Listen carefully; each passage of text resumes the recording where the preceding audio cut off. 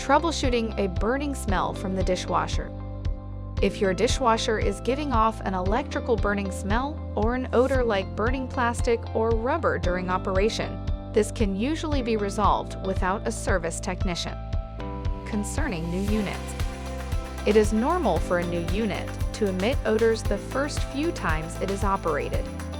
The odors can be caused by the new motor coils and insulation material around the motor heating up, or the electric heating element when it is first used.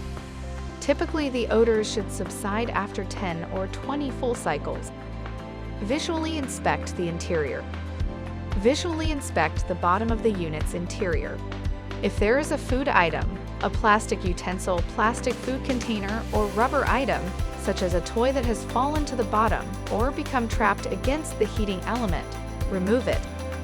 When to request repair.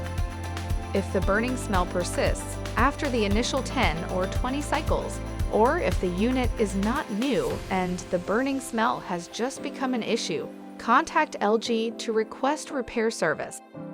For additional support or assistance, go to lg.com/support.